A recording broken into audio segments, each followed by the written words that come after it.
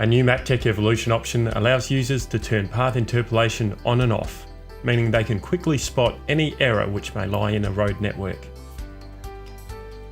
Up until now, Evolution has automatically interpolated paths between a solid or block and a waypoint if no existing path was available.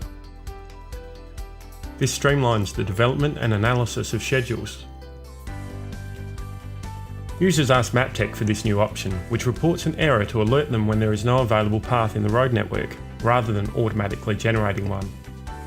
Turning off path interpolation allows mine planners to drill down and make sure there's a complete road network with access to every block or solid, ensuring their plan can be practically implemented.